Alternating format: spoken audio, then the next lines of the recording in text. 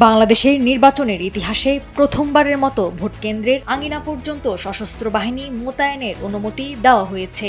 বিগত নির্বাচনগুলোতে ৪০ থেকে ৪২ হাজার সেনা সদস্য দায়িত্ব পালন করলেও এবার লক্ষাধিক সেনা মোতায়েন করা হবে বলে জানান সেনাপ্রধান জেনারেল ওয়াকরুজ্জামান।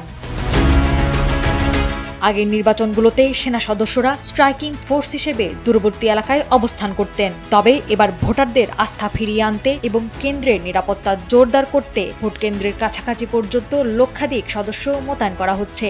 আইন শৃঙ্খলা পরিস্থিতি নিয়ন্ত্রণে রাখতে 10 জানুয়ারি থেকে মাঠ পর্যায়ে সেনাবাহিনীর সদস্য ছিল 50,000। পরবর্তী সময়ে 20 জানুয়ারি তা 1 লাখে উন্নীত করা হয়। দেশের 64 জেলার মধ্যে 62 জেলায় এবং 411টি উপজেলায় সেনাবাহিনী মোট 444টি অস্থায়ী ক্যাম্প স্থাপন করেছে। নিয়মিত টহল, যৌথ অভিযান ও চেকপোস্টের মাধ্যমে নজরদারি বাড়ানো হয়েছে। সেনা সদস্যদের সামরিক অপারেশনস পরিদপ্তরের পরিচালক ব্রিগেডিয়ার জেনারেল দেওয়ান মোহাম্মদ মঞ্জুর হোসেন জানান, রুলস অফ এনগেজমেন্ট অনুসরণ করে নির্বাচনী কেন্দ্রগুলোর পরিস্থিতি নিয়ন্ত্রণে সেনাবাহিনী প্রয়োজনে অতিরিক্ত বল প্রয়োগ করবে।